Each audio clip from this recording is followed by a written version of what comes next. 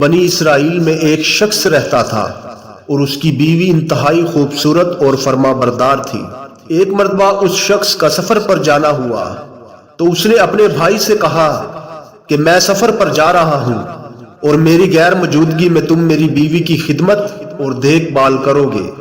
اس کے بھائی نے اقرار کر لیا اور یقین دہانی کراتے ہوئے کہا، بھائی جان آپ بے فکر ہو کر سفر پر جائیں، آپ کو کسی قسم کی کوئی شکایت نہ ہوگی۔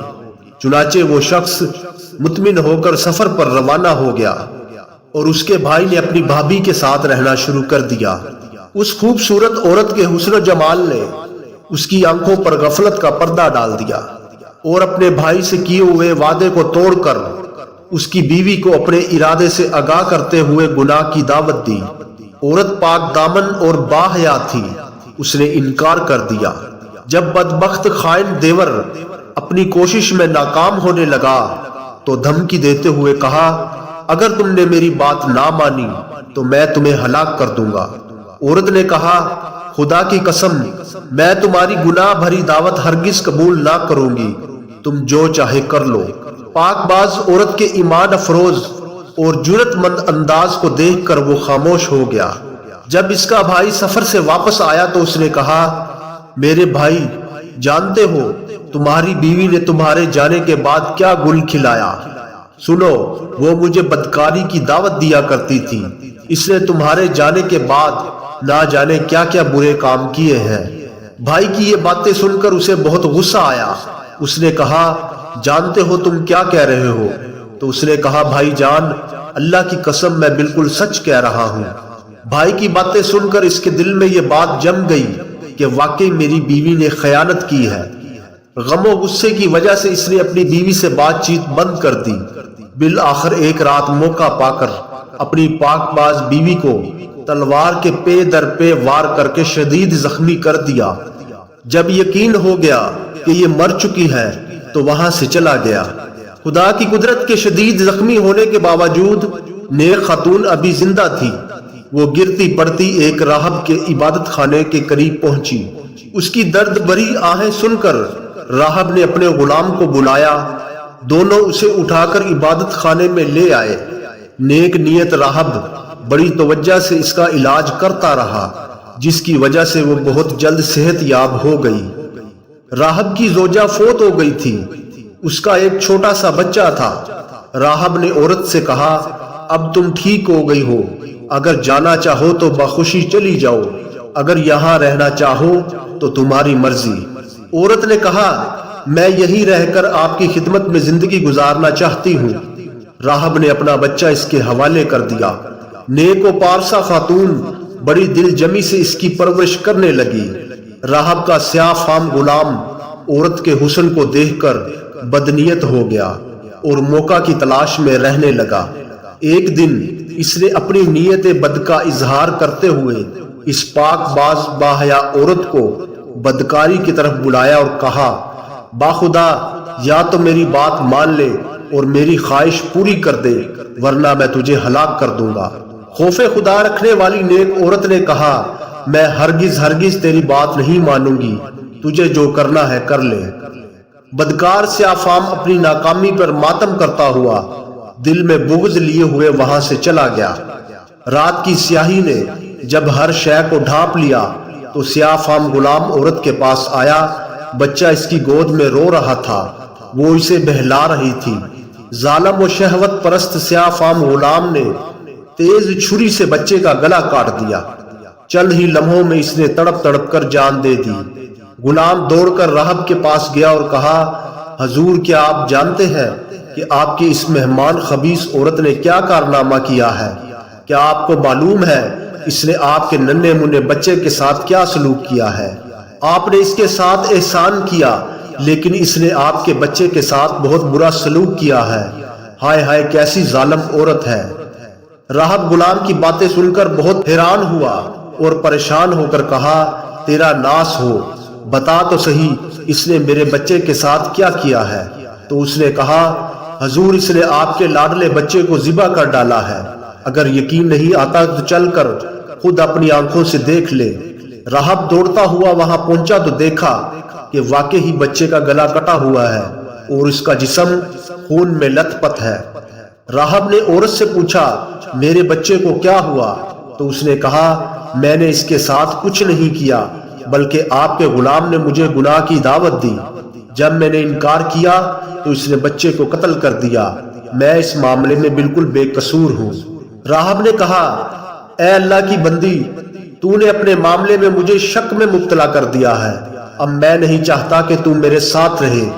یہ 50 دینار لے اور جا، جہاں تیرا دل چاہے چلی جا، یہ دینار تیری ضرورت میں کام آئیں گے۔ عورت نے 50 دینار لیے اور اللہ کی رحمت سے امید لگائے غیر متعین منزل کی طرف چل دی۔ ایک بستی کے قریب سے گزری تو دیکھا کہ مجمع لگا ہوا ہے اور ایک شخص کو پھانسی دینے کے لیے لایا جا رہا ہے۔ بستی کا سردار بھی وہیں موجود تھا۔ عورت سردار کے پاس گئی اور کہا کیا ایسا ہو سکتا ہے کہ تم مجھ سے 50 دینار لے لو اور اس شخص کو آزاد کر دو؟ سردار نے کہا لاؤ، رقم میرے حوالے کرو۔ عورت نے 50 دینار دیے تو سردار نے قیدی کو رہا کر دیا۔ وہ قیدی اس پاک باز صابرہ خاتون کے پاس آیا اور کہا میری جان بچا کر تو نے جو احسان کیا ہے، آج تک کسی نے مجھ پر ایسا احسان نہیں کیا۔ اب میں تیری خدمت کروں گا یہاں تک کہ موت ہمارے درمیان جدائی کر دے۔ چنانچہ وہ شخص اس عورت کو لے کر ساحل سمندر پر پہنچا۔ کشتی چلنے ہی کو تھی کہ دونوں کشتی میں سوار ہو گئے۔ عورت کا حسن و جمال دیکھ کر سارے مسافر حیران رہ گئے۔ وہ عورتوں والے حصے میں بیٹھ گئی۔ لوگوں نے قیدی سے کہا یہ حسین و جمیل عورت کون ہے؟ اس بدبخت نے کہا یہ میری زر خرید لونڈی ہے۔ کشتی میں موجود ایک شخص جو اس کے حسن میں گرفتار ہو چکا تھا، اس نے کہا کیا تم اپنی لونڈی فروخت کرو گے؟ تو اس نے کہا میں اسے بیچنا نہیں چاہتا کیونکہ وہ مجھ سے زیادہ محبت کرتی ہے۔ جب اسے معلوم ہوگا کہ میں نے اسے بیچ دیا ہے تو اسے میری طرف سے بہت تکلیف پہنچے گی۔ اس نے مجھ سے عہد لیا ہے کہ میں اسے کبھی نہ بیچوں گا۔ مسافر نے کہا تو مجھ سے منہ مانگی قیمت لے لے اور خاموشی سے چلا جا، تجھے کیا ضرورت ہے کہ تو اسے بتائے؟ لالچی اور احسان فراموش دھوکے باز قیدی نے مال کے وبال میں پھنس کر مسافر سے بہت سارا مال لیا اور کشتی سے اتر گیا۔ مسافر نے اس خرید و فروخت پر تمام مسافروں کو گواہ بنا لیا۔ عورت چونکہ عورتوں والے حصے میں تھی اس لیے اس معاملے سے بے خبر رہی۔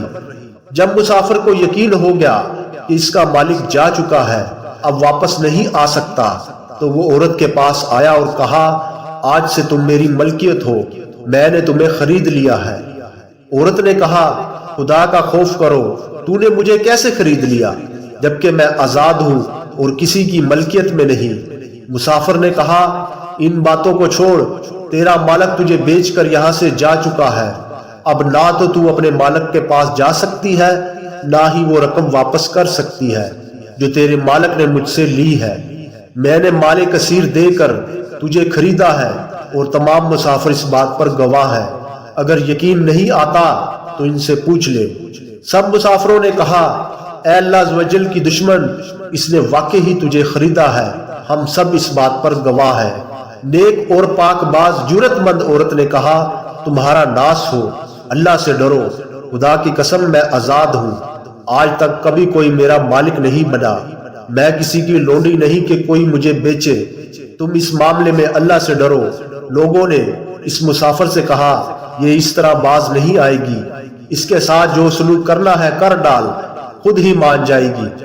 یہ سن کر مسافر اس کی طرف بڑھا۔ جب اس مظلومہ کو اپنی عزت کا خطرہ ہوا تو اس نے کشتی والوں کے لیے بد دعا کی۔ فوراً کشتی ان سب کو لے کر ڈوب گئی، سب کے سب غرق ہو گئے اور کشتی کے تختے پر عورت کے علاوہ کوئی باقی نہ بچا۔ وہ عید کا دن تھا۔ بادشاہ اپنی رایا کے ساتھ ساحل سمندر پر آیا ہوا تھا۔ تمام لوگ خوشیاں منا رہے تھے۔ جب بادشاہ نے کشتی کو ڈوبتے دیکھا تو فوراً تیراک سپاہیوں کو حکم دیا جلدی سے کشتی والوں کی مدد کو پہنچو۔ سپاہی گئے تو انہیں اس نیک عورت کے علاوہ کوئی اور زندہ نہ ملا۔ وہ اسے لے کر بادشاہ کے پاس آئے۔ بادشاہ نے حقیقت حال دریافت کرتے ہوئے نکاح کا پیغام دیا، لیکن اس نے یہ کہہ کر انکار کر دیا کہ میرا قصہ بڑا عجیب و غریب ہے، میرے لیے نکاح کرنا جائز نہیں۔ بادشاہ نے جب یہ سنا تو اس کے لیے علیحدہ مکان بنوا دیا اور وہ عورت اس میں رہنے لگی۔ دن رات گزرتے رہے، وقت کی گاڑی تیزی سے چلتی رہی۔ بادشاہ کو جب بھی کوئی اہم معاملہ پیش آتا تو وہ اس پاک باز عورت سے مشورہ کرتا۔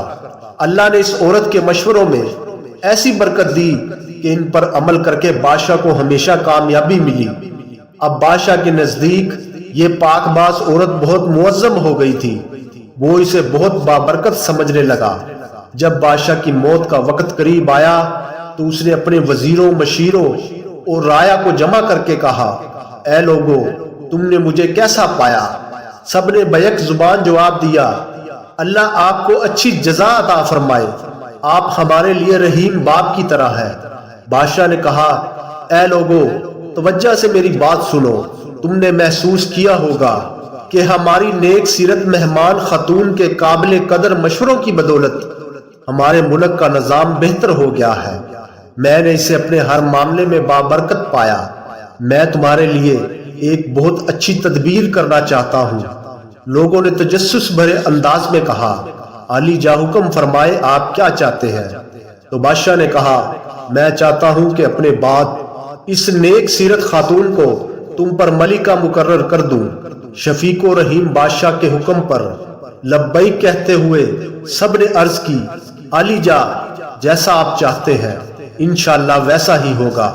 چنانچہ بادشاہ نے اس باحیا، نیک سیرت اور صابرہ خاتون کو پورے ملک کی سلطنت عطا کر دی اور خود دار فانی سے کوچ کر کے دار بقا کا راہی بن گیا۔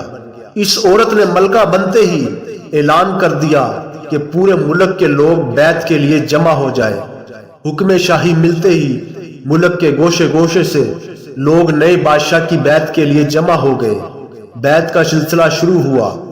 جب اس کا شوہر اور دیور آئے تو حکم دیا کہ ان دونوں کو علیحدہ کھڑا کر دو۔ پھر وہ شخص آیا جسے پھانسی دی جا رہی تھی اور جس احسان فراموش نے اپنی اس محسنہ کو بیچ دیا تھا۔ ملکہ نے حکم دیا کہ اسے بھی ان دونوں کے ساتھ کھڑا کر دو۔ پھر نیک سیرت راہب اور اس کا بد کردار سیاہ فام غلام آیا تو انہیں بھی لوگوں سے علیحدہ کر دیا گیا۔ جب تمام لوگ بیعت کر چکے تو ملکہ نے ان پانچوں کو اپنے پاس بلوایا اور اپنے شوہر سے کہا، کیا تم مجھے پہچانتے ہو؟ اس نے کہا، خدا کی قسم، آپ ہماری ملکہ ہے۔ ملکہ نے کہا، میں تمہاری بیوی ہوں۔ سنو، تمہارے بد کردار خائن بھائی نے میرے ساتھ کیا برا سلوک کیا تھا۔ یہ کہہ کر سارا واقعہ اسے بتایا اور کہا، اللہ خوب جانتا ہے کہ تم سے جدا ہونے سے لے کر آج تک مجھے کسی مرد نے نہیں چھوا۔ میں آج بھی پاک دامن اور محفوظ ہوں۔ پھر اس نے اپنے دیور کو بلا کر پھانسی کا حکم دے دیا۔ پھر راہب سے کہا، اگر آپ کی کوئی حاجت ہو تو بتاؤ، میں وہی عورت ہوں جو تمہارے پاس زخمی حالت میں آئی تھی۔ تمہارے بیٹے کو تمہارے اس ظالم و شہوت پرست سیاہ فام غلام نے ذبح کیا تھا۔ پھر غلام کو بلوا کر اسے بھی قتل کروا دیا۔ اب اس شخص کی باری تھی جسے پھانسی دی جا رہی تھی، اور ملکہ نے جسے بچایا تھا اور بعد میں کشتی میں اس نے ملکہ کو بیچ دیا تھا۔ جب وہ آیا تو اسے بھی قتل کر دیا گیا اور اس کی لاش چوراہے پر لٹکا دی گئی، اور یوں وہ اپنے انجام کو پہنچ گیا۔ باحیا پاک دامن خاتون نے ہر آن اپنی عزت کی حفاظت کی، احکام خداوندی کو پیش نظر رکھا اور صبر و استقامت سے کام لیا۔ آج اسے تاج و تخت اور عزت و عظمت کی دولت میسر تھی۔ جب تک خالق کائنات نے چاہا وہ بحسن خوبی امور سلطنت انجام دیتی رہی، پھر اس دار فانی سے دار بقا کی طرف کوچ کر گئی۔ اللہ تعالیٰ کی ان پر رحمت ہو اور ان کے صدقے ہماری مغفرت ہو، آمین یا رب العالمین۔